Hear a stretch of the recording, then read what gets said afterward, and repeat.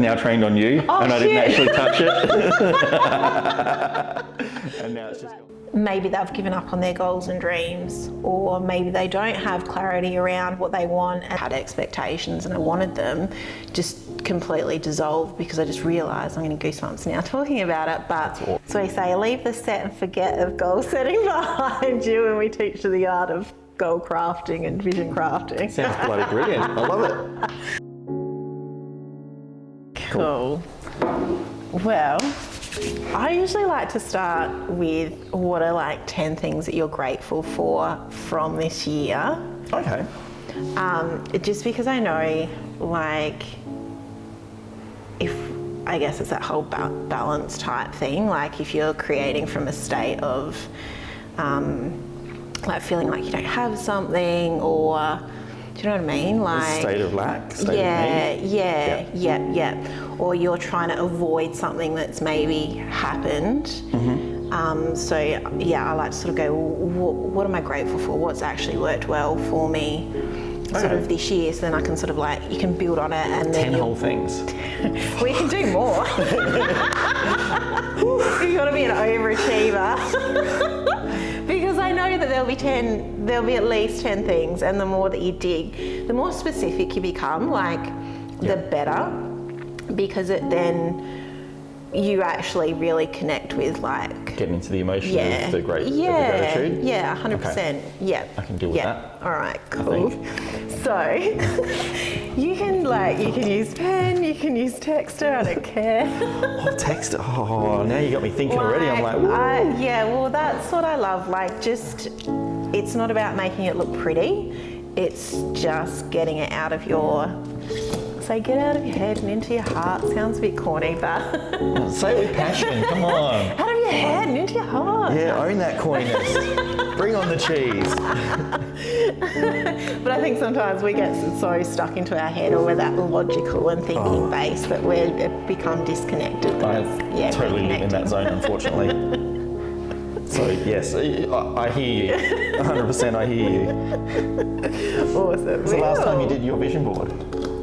I'm in the process of redeveloping my vision board. Ooh, nice. I was actually just writing 10 things I'm grateful for today, actually.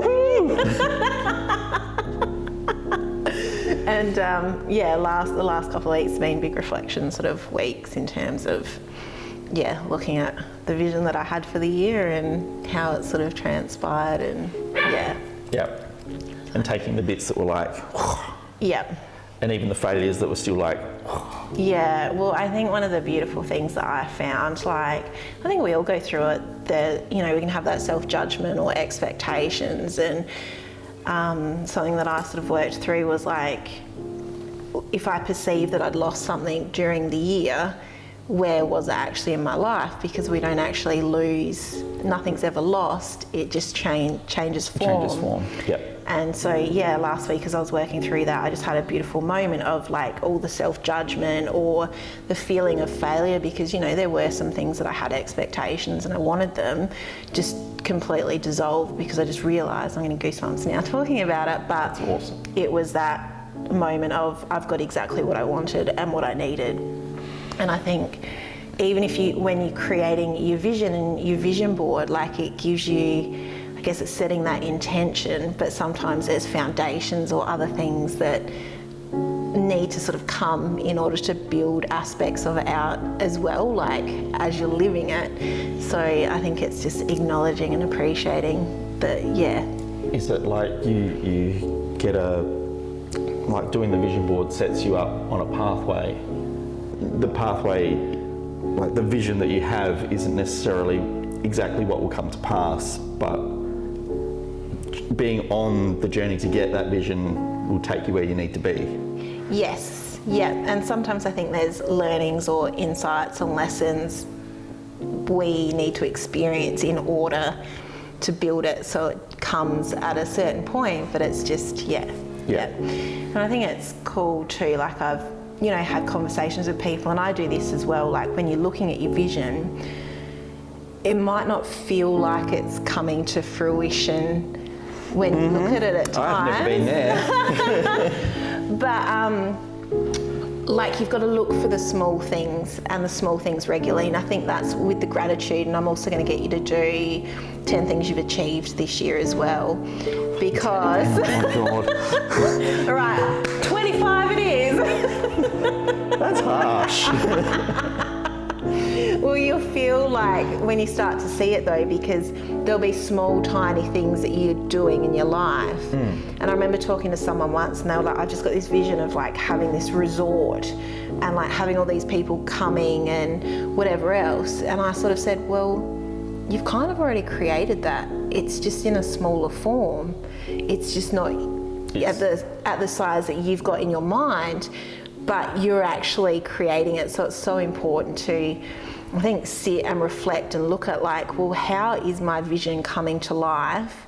Because you'll notice that it's just maybe not at the level that you've got within your mind or you've sort of created. But when you start to see that, you sort of go, yeah, I'm on track.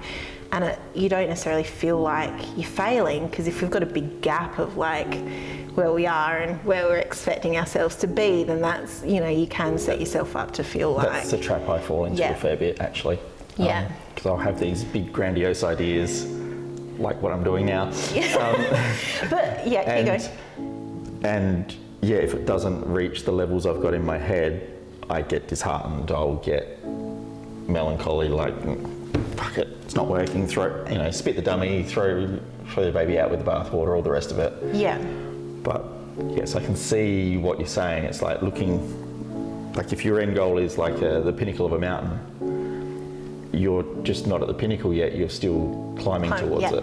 100%. And you're going to hit roadblocks and challenges and things you're going to, along the way. Sorry to like disappoint. I can't deal with those.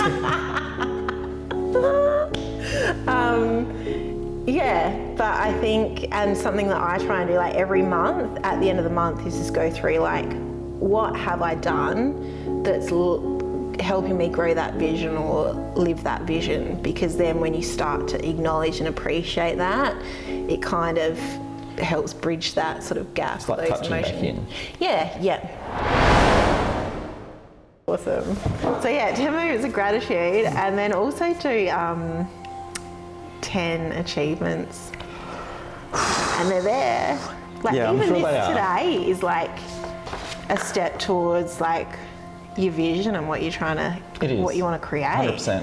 And like, don't undervalue like that either.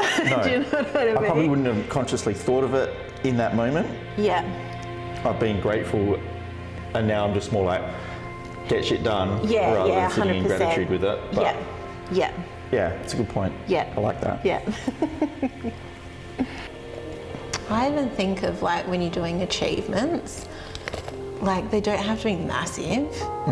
So I think of things like, when were times where I showed up when perhaps I didn't want to? Do you know what I mean? Like just those moments where you're just like, I'll do it anyway.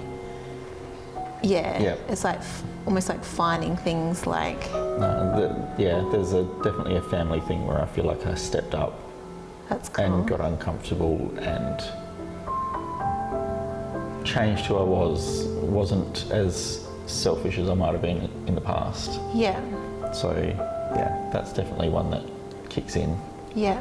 But I was starting to get to the, okay, I'm struggling now. Keep going. Oh, No, I'm struggling. Okay, yeah. Because I was thinking bigger. Yeah, That's no, the way so my head think works. about- I'm always like, And I think that's where we can sort of fall into that trap of like feeling like we're not achieving or we're not going fast enough or doing enough, that we forget about.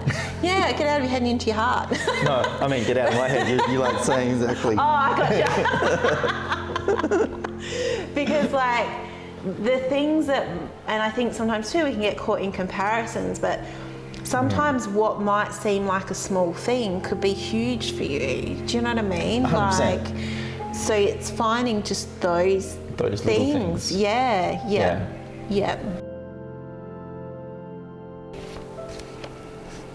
I think too, like when I think about achievements, it can even be, I had a conversation with someone that I was resisting or something, like that could be small but huge Oh, as well. That can be really massive. Yeah. Like, especially those awkward conversations Yep. where you're like, you're dreading it, Yep. but it's necessary. Do you want a challenge for next year? Challenge. A challenge. What's the challenge? You do 10 achievements, at least 10 achievements every month. Oh, you know what? In a weird way, I reckon it's almost easier doing them every month Yeah. because they're fresher Yeah. and yeah, I Yeah. can see that. Yeah. Yeah. All right. Yeah. Challenge accepted.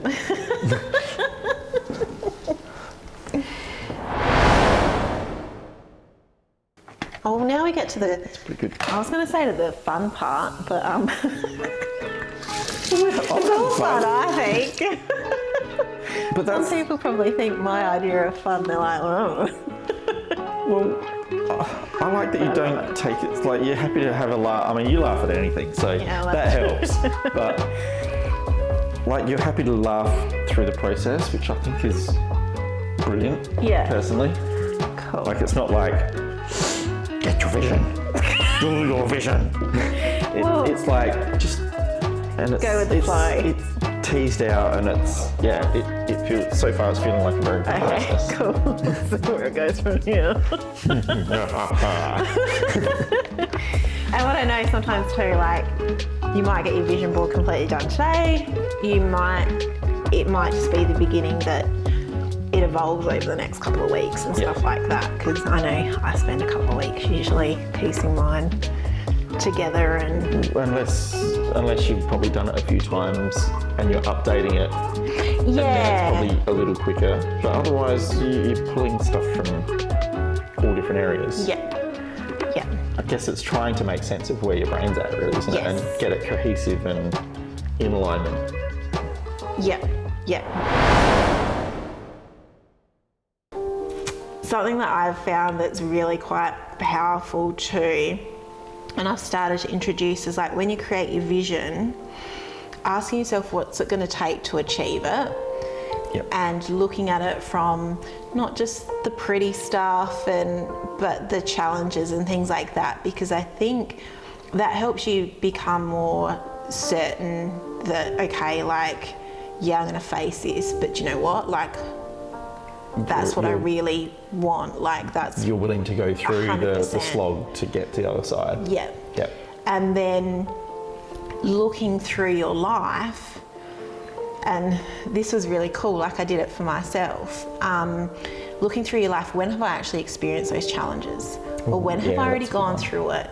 Because more than likely, you'll have moments that you've gone through it and you're like, well, I got through it then. I got through it, okay, I'm still here. Like, you know, so then you've got more almost like certainty and that known, because often that fear or taking that step is because we feel like there is that level of unknown or that uncertainty of what's going to happen. But if you've kind of thought through, like, well, what is it going to take?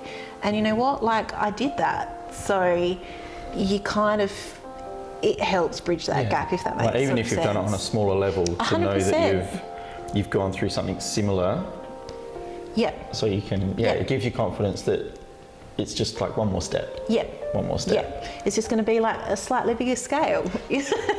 But Yes. you've survived it before. Yes. So No, I've had a holiday before. I'm not, like there'll be some things that it will connect with and some things it doesn't. No, I understand. But I just think that can be like a powerful thing to do, because even the other week I had an experience with someone and I was like, oh, I've experienced this before. Now I know how to deal with it in a different way because I've already gone through it. So it's sort of like, okay, cool, this is how I You've learnt go lessons through. and you can adapt. Yeah. And then you'll learn some more lessons out of that one and then you'll adapt it. And whereas, like, you know, back when it happened years ago, that would have stung. It was like, okay, it stung a little bit, but I kind of know, okay, well, that's all right. Like, this is what we're going to do next. So it's just, I think that just helps make it a bit more powerful as well. You get to choose it's almost like you choose your feelings is probably not quite the right thing I'm trying to say, but you choose the mindset to which you attack them. face the issue. Yeah.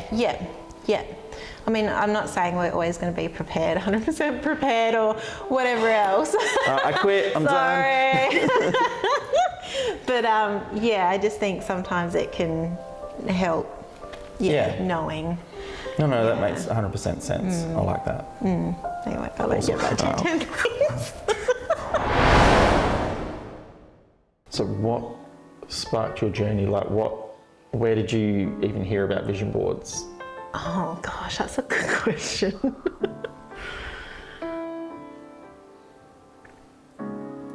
I don't know if I could tell you. No. Well, do you know what age you were when you did your first one? Oh. The first that I can remember were like when I was in the Riverland and I had like pin-up boards and whiteboards. And so that's when I started to do that. And that was probably late 2000s. Okay. Yeah. But I think even before then, I reckon it was actually probably my mum, like mum's into personal development as well. And I think actually the first thing I did have, I think before a vision board, was like a box. And it was like a box that I'd have of like things that I wanted to achieve, but also a box that like I'd put like what I had achieved into it. So it wasn't out in your face like I do now. Yeah. But it was just a way of capturing. So in the box you would like write down what you wanted to achieve, or you'd have like, photos from magazines, or how did you? It was more like written type things at that stage. Yeah. So it's almost like a weird form of a diary. I guess so. Yeah. I mean, I've journaled and diaried for as long as I can remember to. I've still got some. Yeah, no, that's something I've always aspired to. Yeah. And never been able to stick at Yeah. long enough. Like journaling, it's like it sounds amazing to me, and I see the benefits of it. But I don't know, something always gets in my way, and after about 2 weeks, it's like, yeah. And then it goes. Yeah. So maybe I'll learn one day. Maybe. I think it's just finding what resonates for you. Like you might even find, whether it's journaling or like capturing content, like if you're taking photos, like you're taking memories and moments, and so that might be your way of reflecting. And so I think it's just finding what resonates and connects with you. Oh, I just usually have like a 1,000 cats screaming around in my head. That's usually how it works for me. But Well, I love it. Someone once described it to me as like if you think of your mind as like a cookie jar and it's filled with cookies. I know, right? Woo-hoo! But if it's filled with cookies, then it's pretty hard to get things flowing and moving and other thoughts and ideas. So I need to eat the cookies. You need to eat the cookies, you need to get them out. And I hope you do that, like even, right, well this is what I thought it is, hang on. But like that, like you can't even read it, right? Were you a doctor in a former life? Well, I did work in health in a former life, so it could be. My handwriting got really bad. But this is a new one, so it's not as, some of it makes sense, but you can see like there's stuff all over the place. I've seen crazier. That's now we're getting somewhere. Now we're getting to good levels. Yeah. So it just depends on what I'm doing. But And honestly, if that's crazy, then I'm pretty mental. So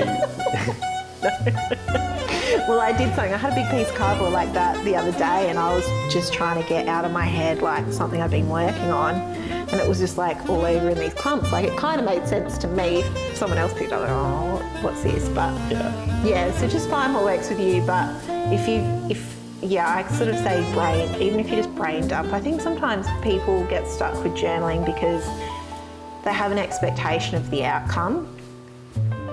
Yeah, that sounds like a reflection of everything, yes.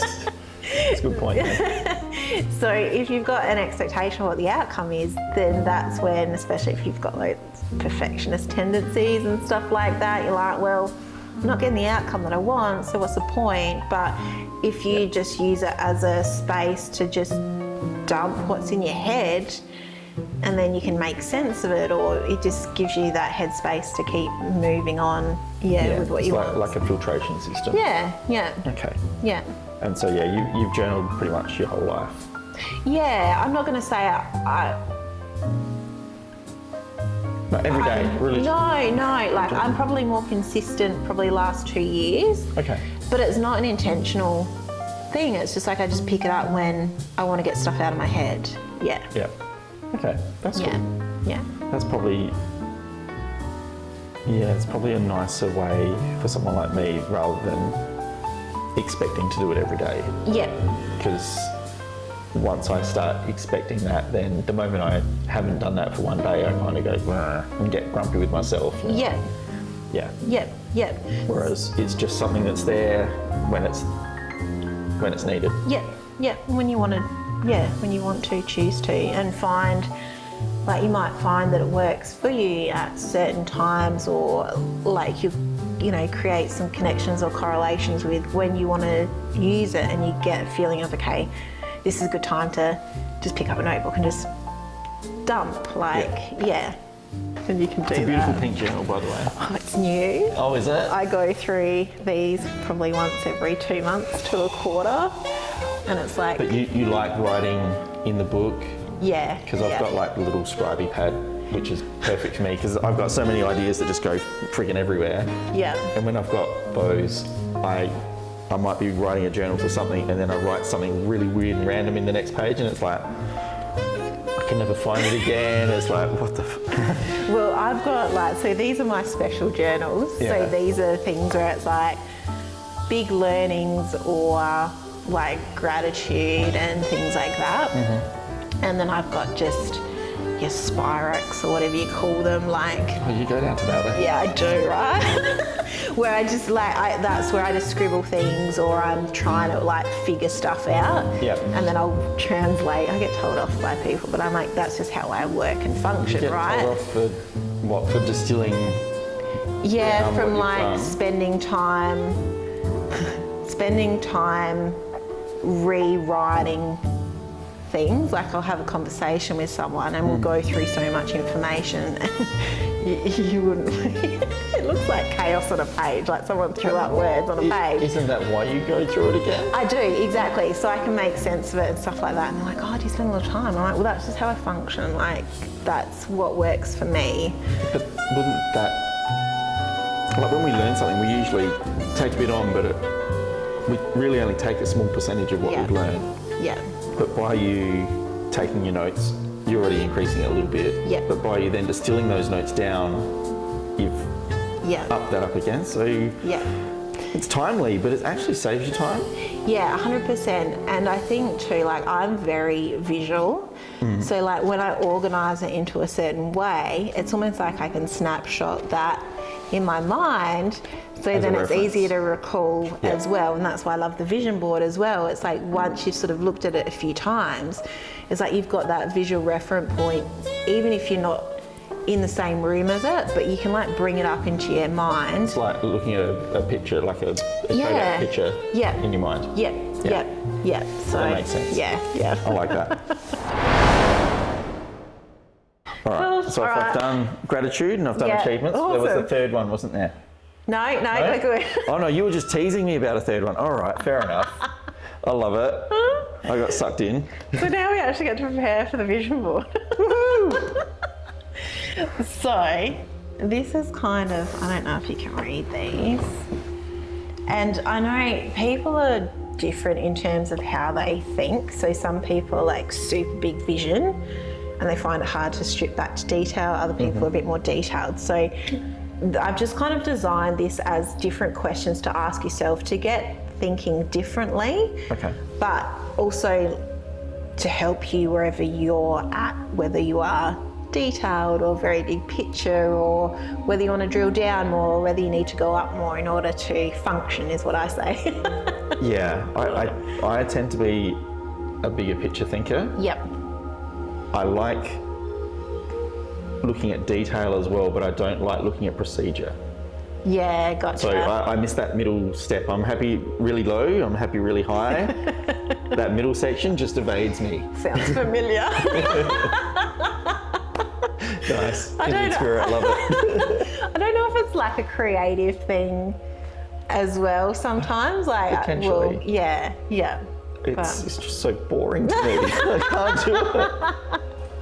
But I get, for some people, they resonate to that. And that's amazing. I'm jealous of that. Yeah. Because my life would be so much simpler if that stuff was just like easy. Yeah. But no, it's either up in the clouds or down in the microbes. Finer, And the middle bit just gets lost. Yeah.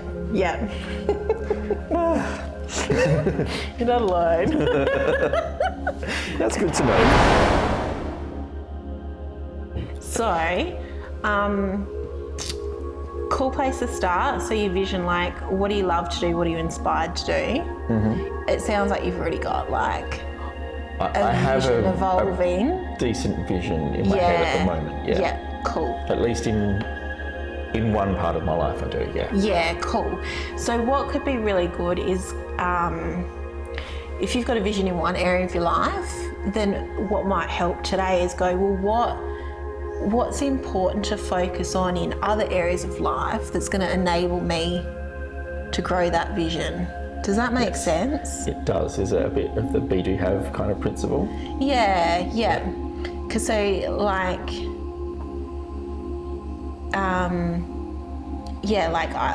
if you think about, okay, I'm just not going to make this up, right? But I want to present on stage to 1,000 people and do that consistently. Sounds good. What does my health look like? You know, like I need to be taking care of my body. I need to be able to like stand. Lots of energy. 100%. So then what does health look like? How am I moving? What's nutrition and things like that? And then what does that look like from a financial standpoint? So what do I need to be doing or focused on in those spaces? Or if it's not something that I'm inspired, is it about building a team to help me within doing some of those things, but having the vision at least to help you along the way until you're in the position to have that team. Does that sort of make sense? Yeah. The team thing it sounds good. Well, you don't have to. That was just an example, right? Like, you don't have to have a team. No, what I mean by that is it does sound good. I don't know that I've got the skills to be like the leader of a team. Yeah. Because I'm just too time inappropriate. Yeah. So usually that doesn't go so well. But it might be, and it depends on your vision, but if you feel like you want some sort of a team around you, then maybe it's working with somebody else who does, is great at that and thrives in that, because that will help 100%. You grow, help the business grow. But I also talk about teams, so it might not necessarily be staff or contractors, but like, are there mentors or coaches or advisors or things like that within different areas? Like if you're focusing on your communication, then like the work you're doing with Vin, for example, he's part of your team. Okay, I wouldn't have looked at it that way, but that makes 100% sense. It's more like your team is your support network. As such. In whatever format that support comes in. Because if you go, in order to achieve this, like I want to focus on my health, and so that means I need an exercise program or something like that, then you're probably going to connect with a PT or a gym. Or an exercise buddy, if you just want to do it super simple, just 100%. Somebody that keeps you accountable. So you just think about those things as, what do you need? So would that help you? Dancing, Dancing works. 100%. I love it, because like with dancing, I was like, I wanted to work on my flexibility. I had to do that and do yoga and stuff. So it gives purpose and meaning to. And you're doing exercise, but you're having fun and connecting and. So it's not like a chore. Yes. It's like something that uplifts you while you're getting all these other benefits. 100%. And I think that's super important in terms of like, if you're trying to create habits or consistency, finding things that you enjoy doing, and you're not going to love it like every time.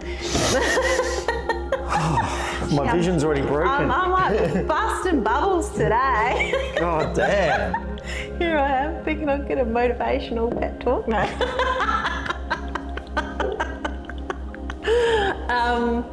Yeah, but you're still inspired to keep sort of showing up. And I think that's why, like, if you have a bigger vision, because I think sometimes people look at areas of life in isolation and they're like, well, I just want to work on my health and I just want to lose weight. But what's the bigger picture? Because if you've got that bigger picture, then you've got a bigger why. But also, you then know what health will look like for you, because everyone's idea and concept is going to look differently. It's true. And like, if your idea is that you want greater health to be around for your kids and be able to run after kids or grandkids, for example, you're not going to have to eat and train like a bodybuilder. So it depends if you want to throw the grandkids around like a sack of potatoes, but yeah. I get you mean. But yeah, do you know what I mean? So like, you can construct something that's then within your lifestyle and what you're trying to achieve versus trying to do something that you think you should be doing or how society tells you how you should be living and stuff like that. So I think that's why the bigger picture is super important, because then you can nut out the different areas and Awesome. Yeah. All right, cool. I'm excited. Let's go. So I get people just like to make notes with this, but I also know sometimes the creative process helps of just going through magazines. Like, it's up to you how you want to do it. I'm probably an intersection between both. Okay. I'm happy to take a few notes. Cool. So if we go through this, I'll take a few notes. Yeah. Like if things pop up. Yeah. But otherwise, sometimes it's, going through and just being inspired in the moment. 100%. And I also find it's interesting too, like, people will go through and they'll write their answers to questions, and then what they put on their vision board is very different. Like And I go, your vision board usually is that expression of who you are genuinely, because you'll be attracted to the things that you see and that you want. Yes. And I often find when there's that discrepancy, it's usually, well, I'm writing down the things that I perceive that I should have, and they might be expectations of parents, of, you know, maybe people we put on pedestals and idols and things like that. But your true self kind of shines through as you're crafting that. So as you're picking the visual elements, you think it's more the organic, true you that picks. Yes. Yeah. That's a cool concept. I like that. And you've seen that a fair bit. I've seen it with a few people. Yeah. They say, oh, I'm going to do this and I'm going to do that. And then they start pulling out these pictures and I'm like, that's very, very different.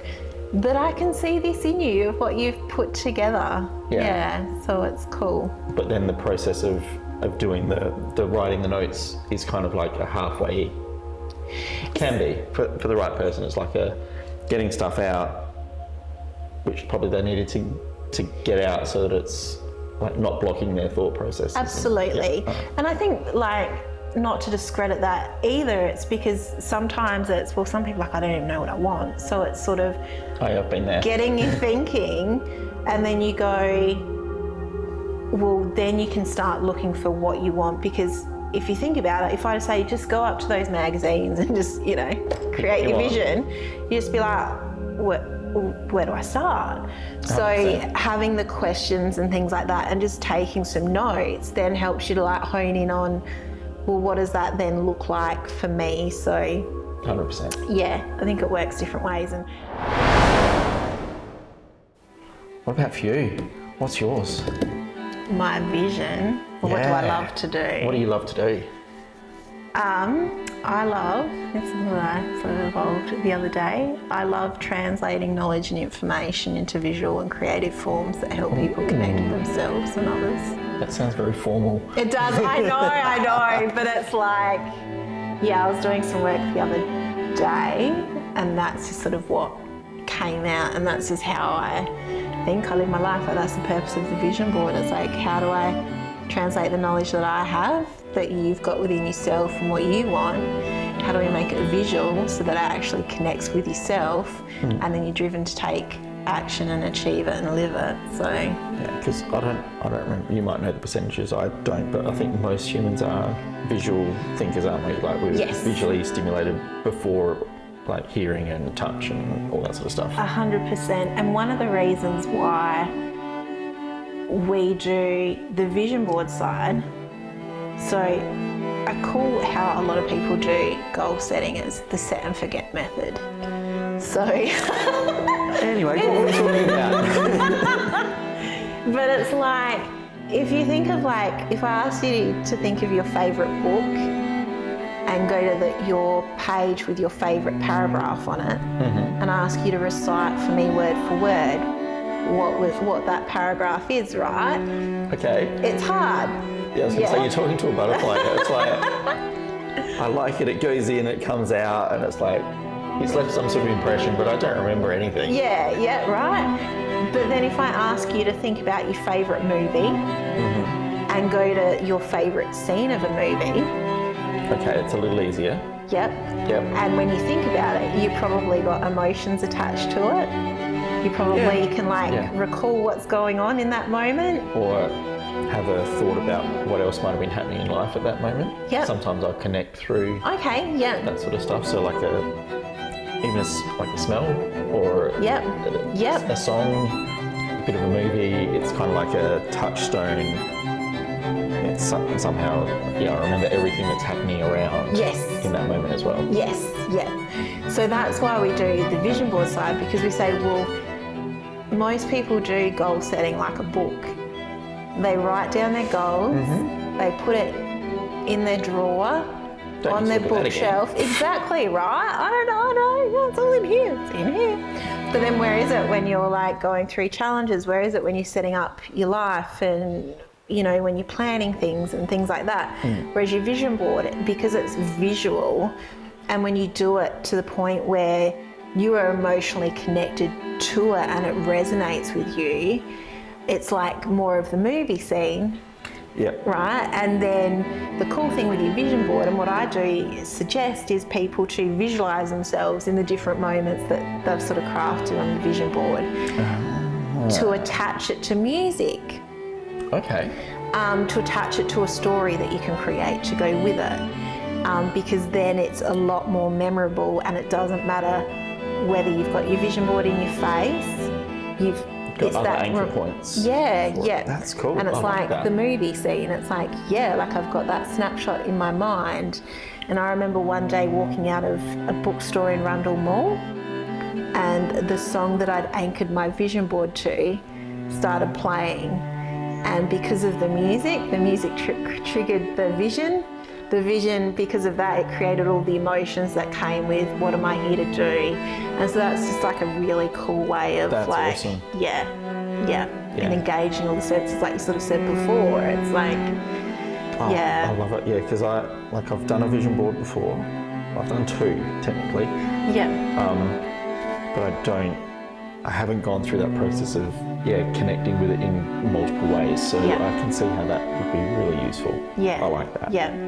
So we say leave the set and forget of goal setting behind you, and we teach you the art of goal crafting and vision crafting. Sounds bloody brilliant. I love it. God, I need a zoom lens for this, but all right. So what does that one mean to you? Yeah, right. So if I asked you, what does that mean to you, or what does that look like? I'm thinking fireflies have taken over the world, but also they're all the spots I want to travel to. Also, kind of like a party. I don't know, there's a whole lot in there. Yeah, so that's your interpretation, right? That's just a picture. Yeah. To me, that's why I get up every morning. Shoot fireworks into the sky. So for me, that's about global activation of people's goals and dreams, turning them into lived experiences, but people are connected across the world, helping each other live and build their dreams. That's awesome. Never die with the dream inside. Who inspires me? What is it? Oh, there's a whole heap of people that inspire me. In part, Louis Theroux is definitely a little bit of an inspiration behind some of this. Like, his docos are pretty amazing. But then you've got the master of all docos. What's his name? Nature guy, deep voice. David Attenborough. Oh yeah. He's just like. Are you open to a suggestion? Always. If you can go in and own their traits, like what it is specifically, their traits, actions or inactions, and find where that exists within you, that will just transform the way that you do your docos and things like that. Because when you see, we've all got the traits and characteristics, it's just when you see them and own them in your own version, then you can step up. And so rather than seeing them as someone that to admire, you see yourself on the same page, the same level. So take their pedestals away. Interesting.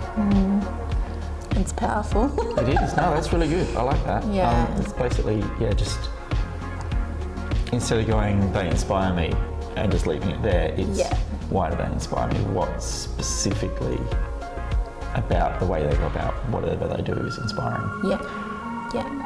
That's cool. I mean, for Louis, it's his way around people, his way of questioning and being in uncomfortable, weird situations, but just being present and not being terribly judgmental. Like, he's pretty open with the people he's with. Like, he might say something after, but while he's with them, it's all very present.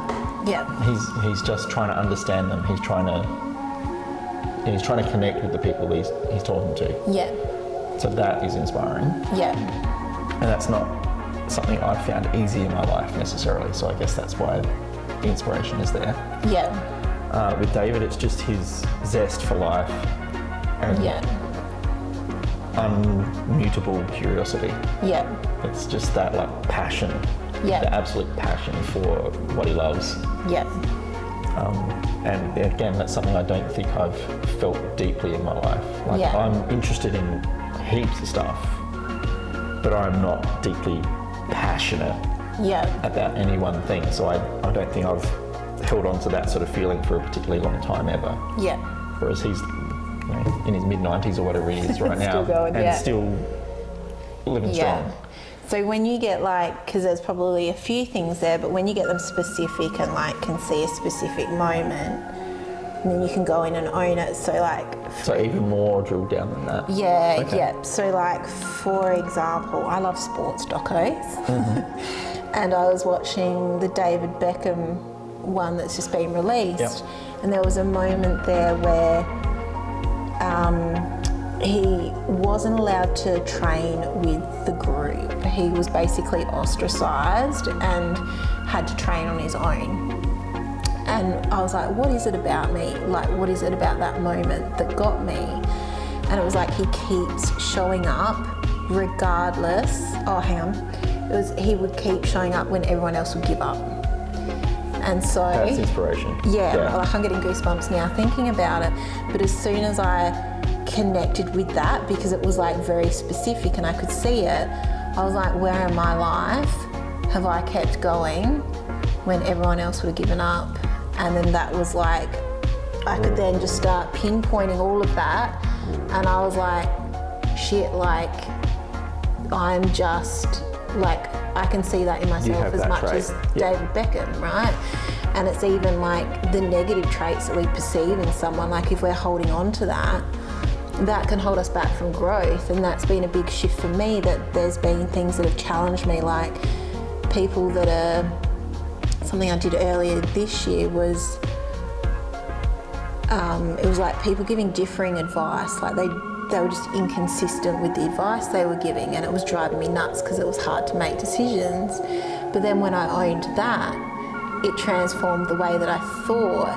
And that was where, when we were talking before, something might work for someone, might not work for somebody else. That all just came sort of crashing down for me, that there's no black and white answer, that what works for someone. And so by owning that trait, it just helped release all of that stuff that was really driving me or causing that internal conflict. So if you can get really specific around, what is it that I admire, going to specific moments and owning where you do it, because you'll do it, but the more polarized you are in terms of you don't see it within yourself, the harder it's going to be to actually own it. But when you get very, very clear on what that is and what that looks like, you'll see that you'll transform in the way that you show up in the world and your ability to express yourself more authentically. That makes sense. Yeah. That makes a lot of sense. Like, you talking about that just then, like I brought up before that I don't think I work particularly hard, but I can certainly look at moments in my life where I've worked bloody hard. So yeah, I can see that within myself, but I don't necessarily, it's there, Yeah. but it's not there necessarily in the same way as other people.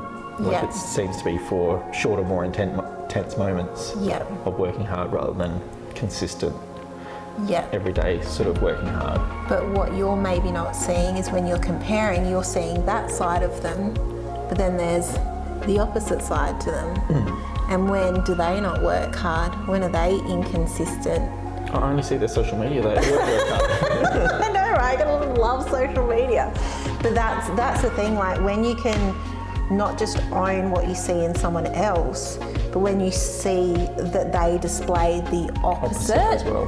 then it collides. Like then you're like, they're human. They're not this like invincible person that shows up on social media where their whole life and everything they do is perfect. Yeah, Like, no, I'm aware that nobody's that. I'm okay with that. but it's hard, right? Like when we've got those comparisons. So, and you'll demonstrate it in your own form. But it's like when you can own that and cut that comparison, that then allows you to be more of yourself, show up more, be the Yes. person you are. Yeah. Yeah, because even me saying that is just limiting myself. Yeah. Yeah. So for whatever, in this case, it's the work ethic, but Yeah. yeah. But I'd go to someone like, so in that case, find someone who you pedestal around their work ethic specifically, and then go in and own until you have absolute certainty within yourself, and you need to find specific moments where you've displayed that. You keep going in and owning it and owning it and owning it until you can say within yourself with certainty, I work just as hard as what they do. Yeah, no, I've already, just as you were saying that, I've gone through that process and it just went click. Yeah, yeah. Yeah, there's like my dad, who Yeah. is super hard worker, like, you know, great work ethic in like physical work. Yep. When I think of how I display my work ethic, it's probably more in the mental and emotional space. But he doesn't have that work ethic in that space. So it's like we both have a strong work ethic, it's just shows up in different areas of our lives. Yep. So yeah, the way you said that was like, And that's all to do with values, right? So Yes. like if mindset's more important to you, then you're gonna dedicate that time. Whereas if career or whatever career provides for, like whether it's career or whether it's more because you're providing for family, for example, Yeah. then you might have a stronger work ethic there. Yes. Then you've got people who are super into health and fitness, and that's a high value for them. So they're going to be the ones that have got a high work ethic in that space. yeah. Yeah. So it's owning it within how you, Within the context that it shows up, yeah, comes out. yeah. Cool, that's awesome, thank you. That's all right.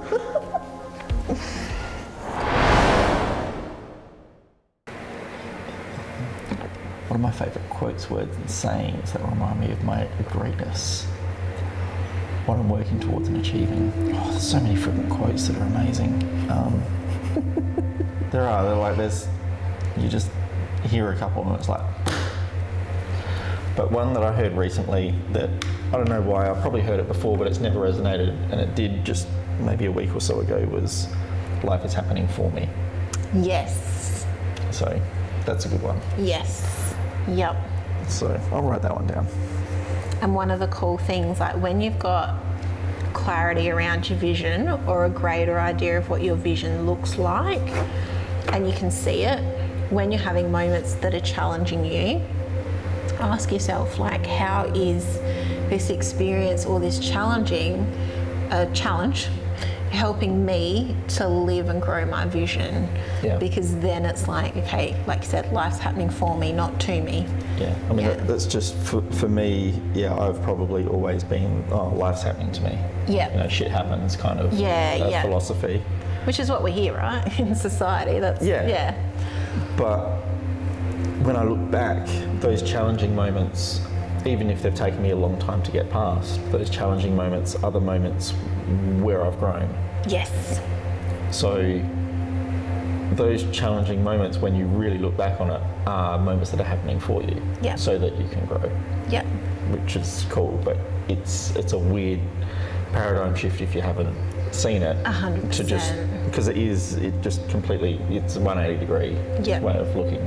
Yep. So Yeah, I love that, because I've definitely, like, I reflect through different things in my life, and I know there's been like massive challenges where there's been challenges around relationships, but what's happened is the relationship that I had, so in a working environment, wasn't going to help me step up to the next level that I needed. So it was almost like breaking from that relationship brought somebody else in who could help me step up and grow into that you need next to open level. the space. Yeah. So As hard as it was at that time, it was like, but then they kept challenging me, which just helped keep me stepping up as well. Like, it was cool. It was like, yeah cool. But at the time it felt shit. But now I've sort of got that awareness of like, that was a beautiful gift. And now it's like, how do I find those gifts sooner? Because I didn't have the knowledge and the understanding back then. But now I do. It's like, let's lessen the gap, like you were saying before, right? How do we lessen the gap so we're still going to have those experiences, but how do we just shorten that gap and that turnaround? Yeah. I think part of it comes with experience. Yeah. When you see the signs, when you feel the same emotion that you had before for something that you've been through, and you're like, oh, okay. When you can catch yourself in those moments, that's when you can shortcut the process. Yeah. But if you get too lost in that moment, then it's and then you're down the path somewhere and bullshit, blah blah blah. Yeah, but I think that's all just part of the learning and self-discovery journey. But it's It is, but it's not to expect you're not going to experience things. It's just what that time frame. I'm always going to experience things, and they're not always going to be pleasant. Yeah. But they all have value. Yeah, 100%. Yeah, it's the best way I can put it for now. You've got your notes there of like what you want to create. Yep. Your vision. So now it's really about going through finding pictures that you connect and associate with, or that represent those things. You don't have to have everything you've put down. Okay. There might be things that pop up as you're going through that might inspire something else. So just pull those out as well. You might even have like keywords.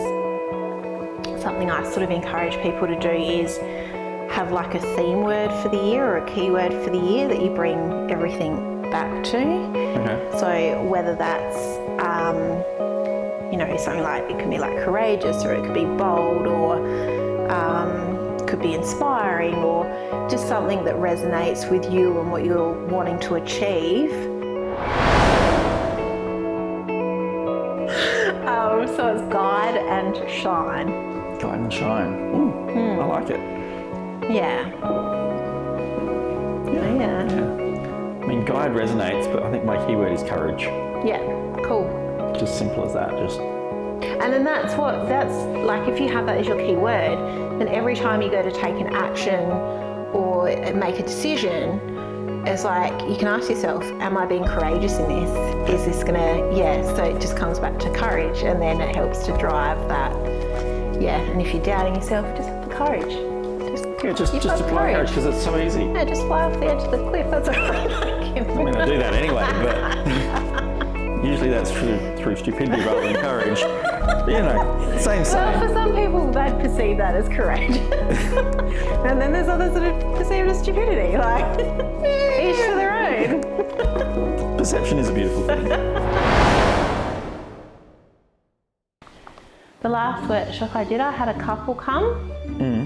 And that was, I think, a good experience for both of them. Like, they built out the vision for themselves. Okay, they did it individually? Yeah, no, so they created like a vision board for their relationship. Their relationship and family. That's really cool. I like that. Yeah. Like, to do it together so that you're both on the same page, knowing the goals that you're working towards are at least in line, because they're never going to be perfectly the same. Yeah. But Yeah, that makes sense to have an alignment in there. Yeah. That's really cool. Yeah, so that was cool. Like he came along and they both got a lot out of it because they were at a bit of a stage where they're in sort of transition with what they wanted to do, and so I think it just helped sort of consolidate their ideas and thoughts and the direction they wanted to go at that point. So relationship therapy is the next step. apparently.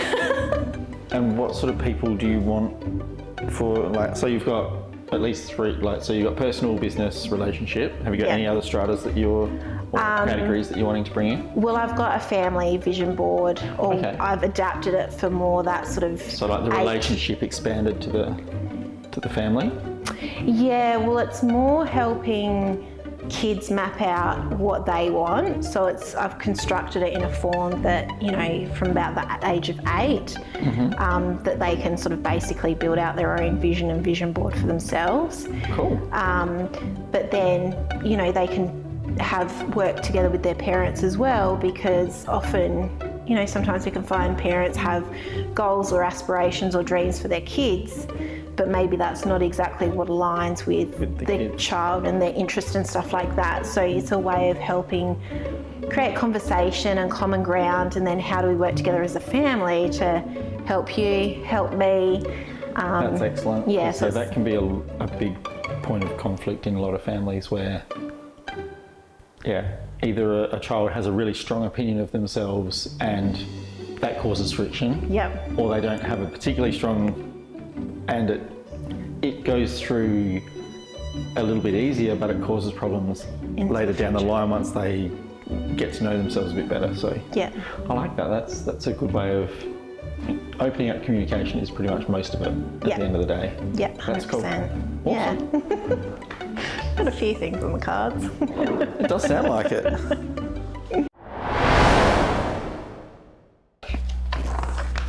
Yeah, I tend to find when I do like workshops and stuff, there's always a mix of different people. That there's some people that are just there and they're there to be on their own, and that's completely okay. And then there's other people that just thrive on the connection and the conversations and things like that too. So I love just seeing how everyone fits in. Yeah. And do you have clients that come back again and again? Yeah. Had a few. So even though you're teaching skills, that they still like to come back and it's for that connection? Yeah, a lot of the time it's that connection. Sometimes it's with family. So we have like some mums and daughters that have come quite a few times together. It's one of those things where people have got the best intention to sit down and do it, but they don't make the time, or they like to have a different environment or a different space, or just, have someone to help facilitate it. Some people aren't going to go out and get all the magazines, to be able to. There's a lot of magazines. We'll take some photos later, but there's a lot of magazines there. Yeah. And that's only like a few from what you told me. It's like crazy town. A box. Got muffles from lifting the boxes.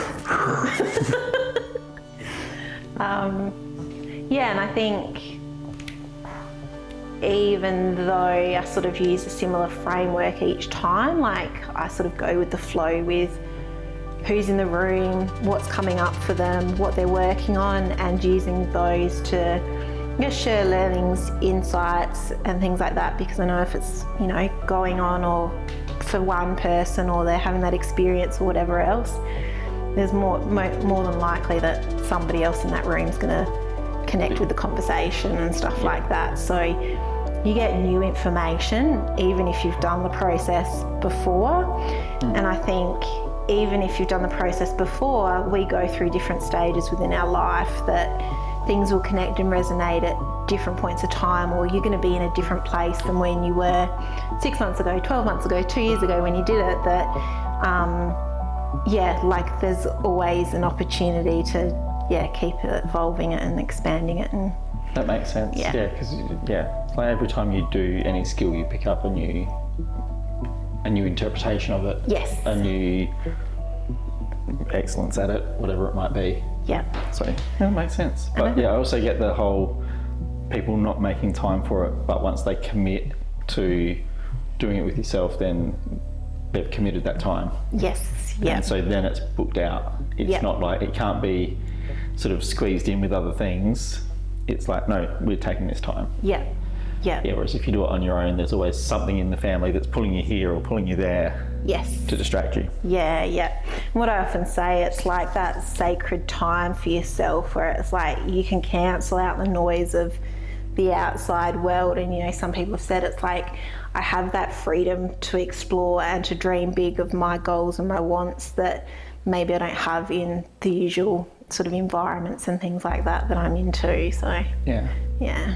Would it also help in that, because you do it usually in small groups, Yeah.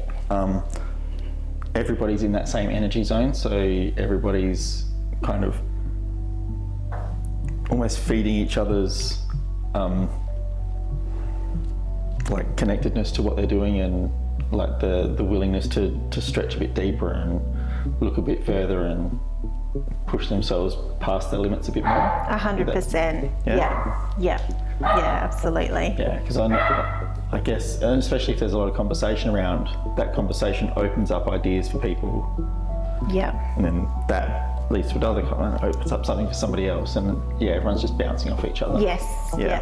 Yeah. 100%. That makes I think sense. some people really, thrive on that, and then there's others that are a bit more private and quiet, and they want to have more of that one-to-one where they can get the information and get what they want out and things like that. So it just depends on, you know, what's important and how it's going to be most effective for the person. But I'm very big on creating a space where it's free of judgment and criticism of what you want, like you're your own person, like put what resonates with you out there, and being mindful of the people in the room that, like you sort of said, that they resonate and they connect, that, you know, it's not too crazy. Just crazy enough. But that it just helps with the dynamic and the energy. Yeah. So you said you also do this online. Do you find it easier to do online? I've not run it live online, but I've got like a pre-recorded program that I created purely because people interstate were asking to learn how to do it. So in that, there's like 3 or 4 videos that take you through the different steps that we're sort of working through today. Yep. And they get the workbooks, and then it's up to them whether they want to, you know, sit down with a bunch of magazines, or I teach them how to use Canva to then build their own vision board. Okay. That way as well. So it's all done on Canva, the way that you do it online. Yes, well, they can still do the magazine concept if they want, but the Canva version is there if they want to create it that way, because sometimes, you know, we might not find the pictures that really resonate or spark with us, so Canva can be a nice way of bringing together, you know, images that really resonate. Yeah, because there's just so many options. So, yeah. Well, even just finding the ones on the internet and then bringing them in. Yeah. Yeah, because I can already feel like there's something I'm looking for, and I thought I might find it here. I'm like, nah, it's not going to be in here, because it's tourist photos rather than like backcountry kind of photos that I'm seeing. So yeah, I can see how for some specific things it would be far easier on the net to just go, I'm after this. Yes. But then you don't get the joy of going through it and having something just pop up out of nowhere. Yeah. Well, not I as think easily. There's benefits and drawbacks to both. It just depends on what resonates with you, but I find it quite therapeutic to just sort of sit and explore, and it just sort of depends. Let the creative go. That's it. Would you mind if I created on my computer? Go nuts. Is that all right? I'm just not like vibing with it. Well, I mean, that's the whole point, isn't it? Yeah. I mean, at this point, I'm probably not vibing either, so I might need to go onto the computer. Like, just because what I'm You've got sort of feeling envisaged, is not coming coming through. Yeah. I'll have a bit more of a look because I just want to go through the process, but yeah. Jump on the computer, go crazy, woman. Go crazy. But yes, that's probably why I love design as well, hey? Yeah. 100%. That's why I love making. I think that's why some people come to me for my vision boards, because when they first saw what I created, it didn't look like a 5-year-old had thrown up on it. It was I love it. well, someone said that. They're like, oh, when I make vision boards, they look like a 5-year-old's attacked it with a glue stick. So I think one of the reasons why people came to me, it's like as well, it's like the aesthetic and how do you create it in a way that, you know, you love to look at it and I you think feel that's connected. important, especially for a vision board. Yeah, Got to love the subject, but it's got to, in itself, be appealing enough that you want to look at it, yes, to reconnect to it. yeah, 100%. Because like if you saw the vision board, like, because my vision board looks like really busy, but it's organised busy. Yeah. And it's got meaning to me.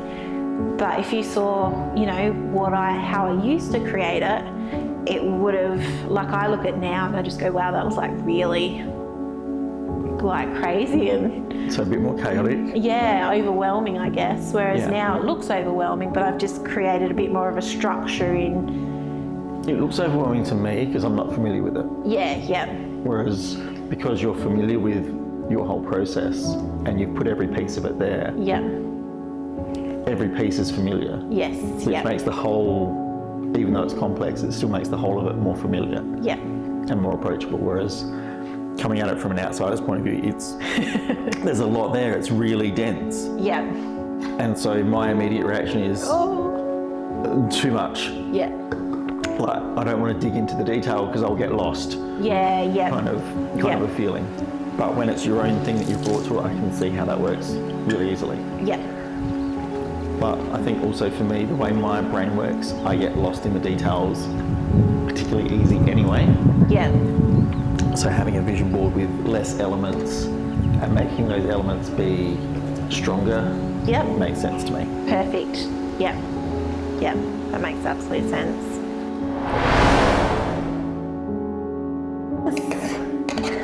So, well, the way that I create my vision board at the moment is I tend to create it in sections of like A4 pages. And so a page might be a particular area of life or a particular focus. So I create the A4 pages and then I've got like a big pin board at home, and then I construct all the pages onto the board. Yeah. But then what I find is, I've not intentionally done it, but I can see the relationships between different areas of life or the different goals, how they connect and relate to each other. So then you go, yeah, So- like that all makes sense. Like it's, yeah. So it helps to build synergy across all of the reference points. Yes, Yeah. yeah. I like it. Which probably, I don't know, sounds obvious, but it's just like, I think it was just something that for me, it just naturally occurred. And then I, just took a step back and I was like, oh, that's really interesting how I've pieced that together and the relationship between this and this and this and this, like it all just makes sense, yeah. And has that gone into your future iterations, like the board that like the template that you've given me, is that template has some resonance to that part where you've separated it but kept it so that the linkages can be seen? Yeah. Potentially. Yeah. So with what I've given you, and it's the same with what I do for myself, so there's like a central focus point. So like it might be a main image, a main word, a main quote, but then I've kind of sectioned it into like, 4 different sections that you can map out a particular area or a particular part of your vision. So then it's all sort of still connected, that you can see how it relates to the centre point, but how it relates across to, the different things as well. So, Awesome. yeah. Yeah, like now that you've been answering questions and we've been thinking about things, like you'll find over the next few weeks that things will pop up and, different answers or things like that would appear, or you might be scrolling on your phone and you're like, yep, that's like a snapshot of what I want. Can add that. I suppose that's also where the online version can have a real benefit. Yeah. Is it's probably easier well, for most of us anyway, we're all attached to these things like nobody's business, whether it's phone or computer. Yeah. So yeah, if something does come across, you can just at least screenshot it and take it over. Yeah, Yeah, no copyright issues. Don't worry, it's all good. But... If you saw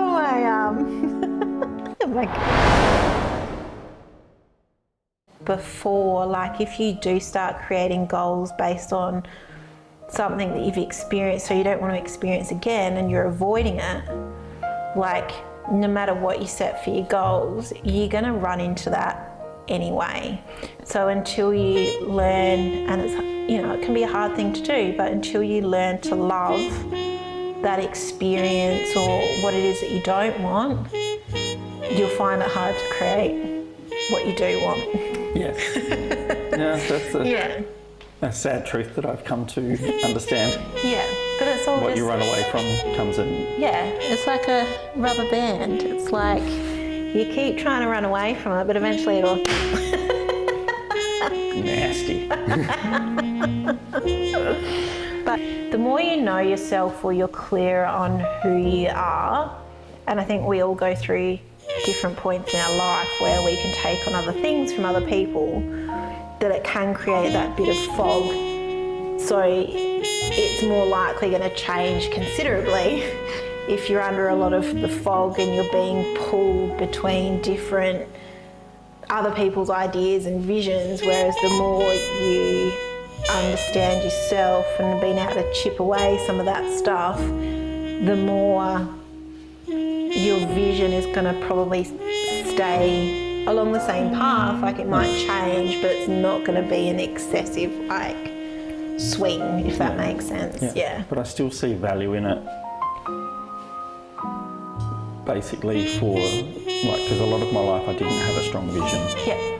But even having some sort of vision, 100%. it's at least a marker point somewhere for you to strive for. Yeah. Even if it doesn't end up being remotely like where you end up, but every time you take a step towards that, your own vision gets clearer and clearer. Yes. Yep. So that fog that you're talking about, that fog of the unknown, effectively, or too much information, or whatever it might be. Yeah. I think just by taking a step in a consistent direction for a while, you can like get through that fog a little bit better. Yeah. Yeah, absolutely. I agree with that. And that's something that I consistently say to myself, because sometimes I know that I've gotten caught at times where it's like, I've got to know all the details, all the information to take that next step.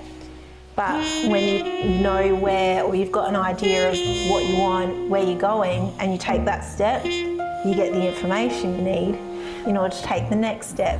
And so and I think that that's something that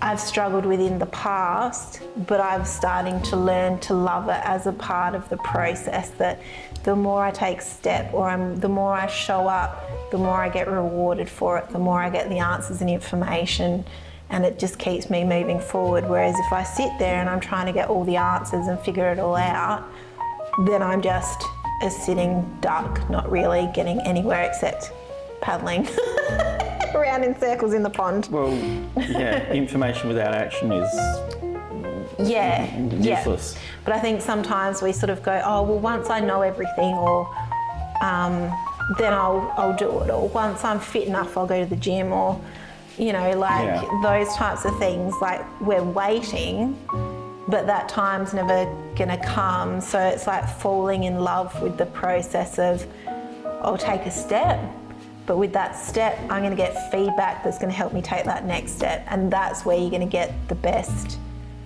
knowledge, information, results, action. Yeah, step into that uncertainty effectively. Yeah. Into the fog. Yeah. Evil fog.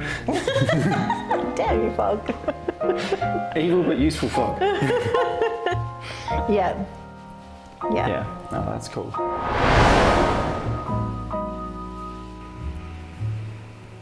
But fun can be so many things to so many people.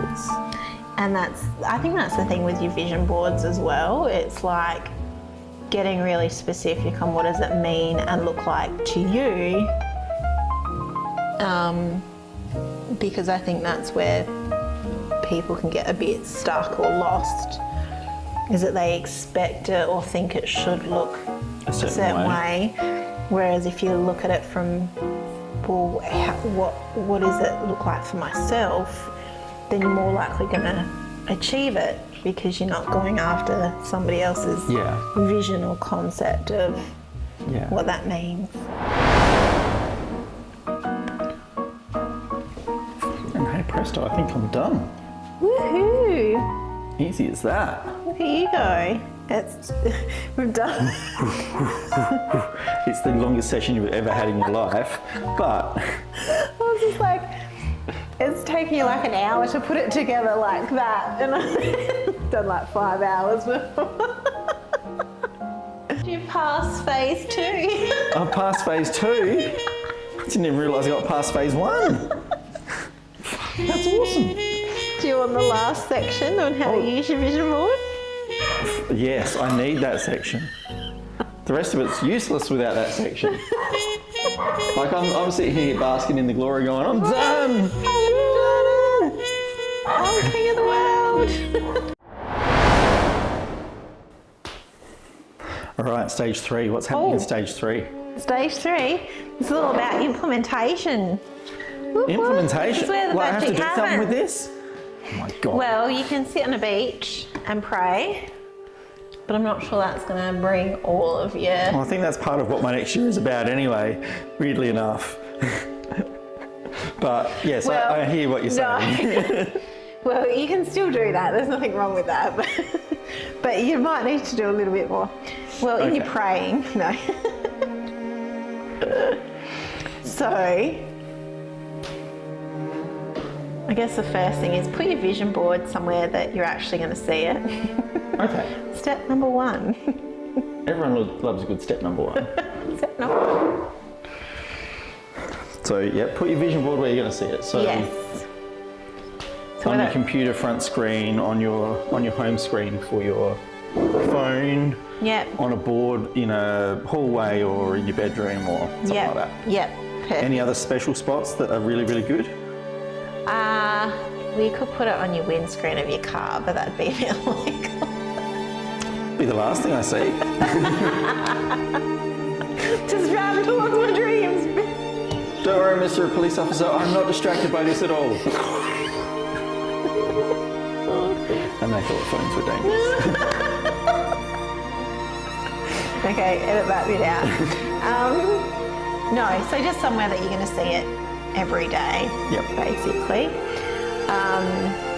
Yeah, and like we talked about before, it's kind of like your accountability partner. Like you can use it to build out your like more smaller goals or chunk it down a bit so you can take those actions towards it. Experience it. So if you do have the opportunity to look at it and think about like the actual experience or what it's like to be living that vision,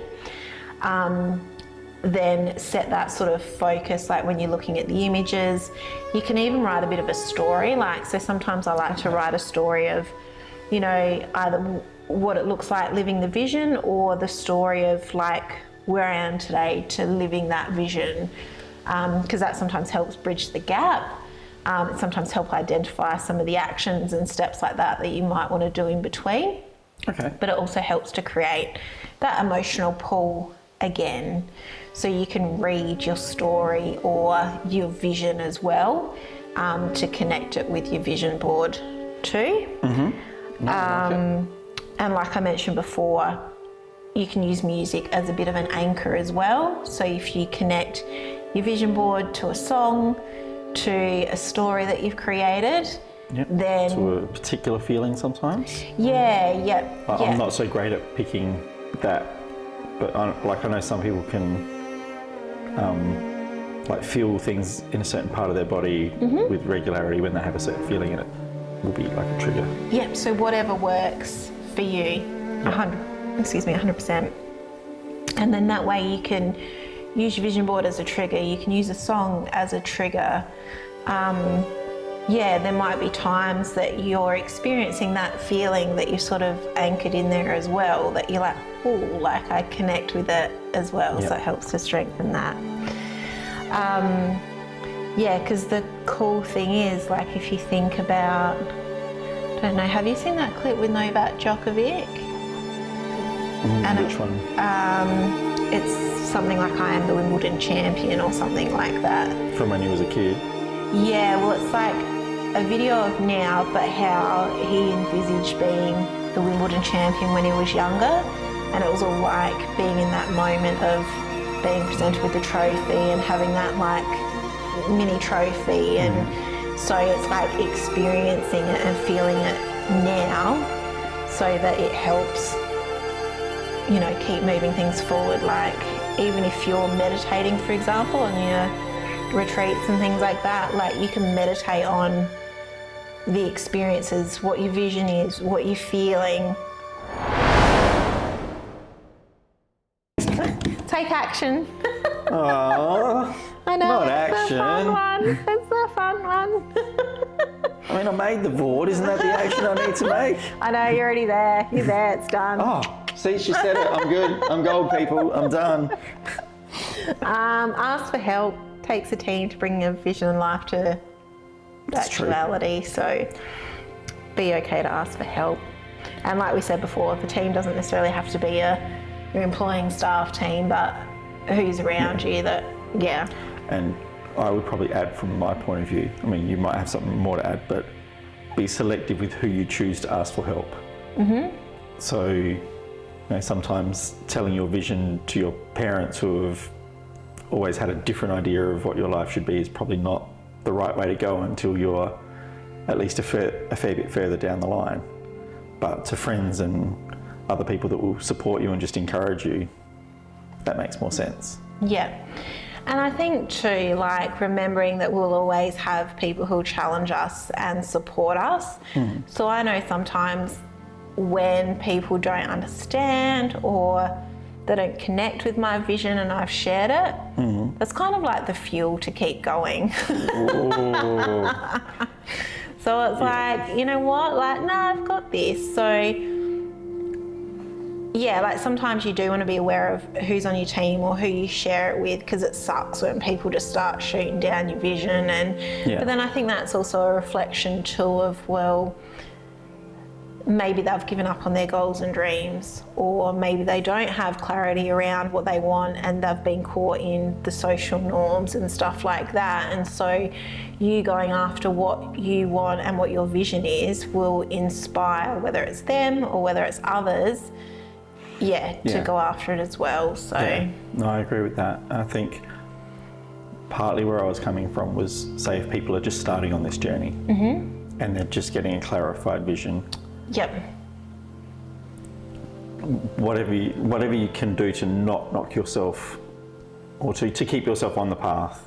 Like if you, like for yourself, like you've been on this trail for a while, so you're a bit more sure of yourself, and you've got a bit more chutzpah, for want of a far better word. What was that?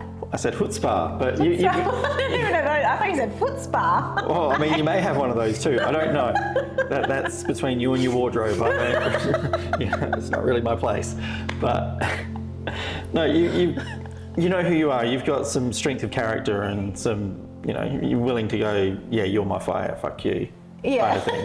But some people aren't in that space necessarily. That's true. So I guess that's where I was coming from, was more like, if you're just kind of coming into this area and you're just sort of taking your first steps,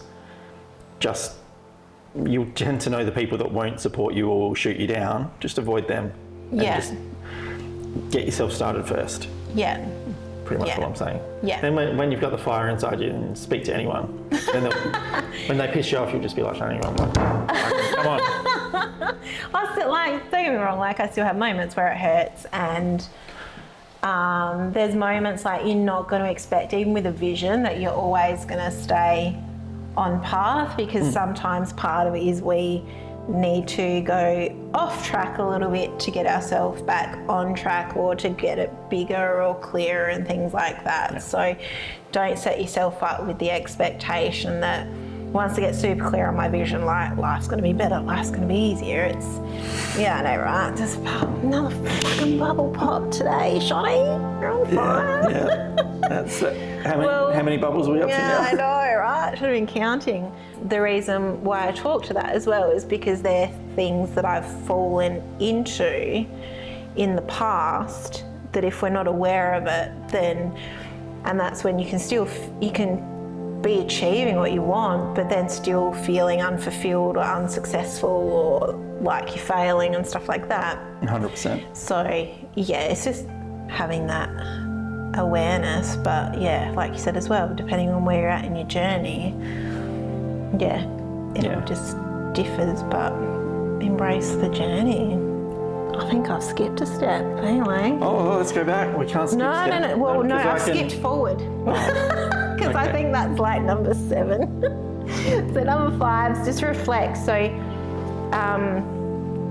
you know, like we've sort of talked about today, like when we're looking at, well, what have you achieved this year? Mm-hmm. And if we look at the smaller things, and if we look at those semi-regularly, then we're going to sort of feel like we're more aligned, that things are shifting, even if they're the small things that we're doing.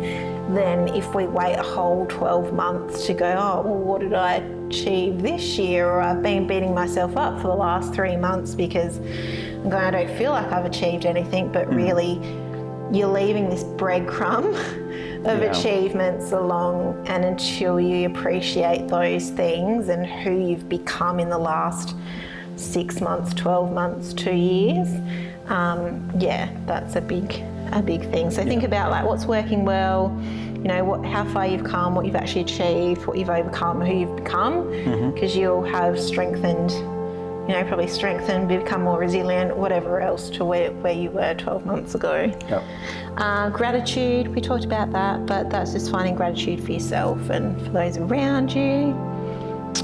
Be okay to adapt and evolve. So we've talked over this a lot today, but things will change. It's not stuck in concrete. Yes, you can stick it down, but you know, like, don't fret if it doesn't eventuate or it shows up in a different form, or you go, that's not me anymore.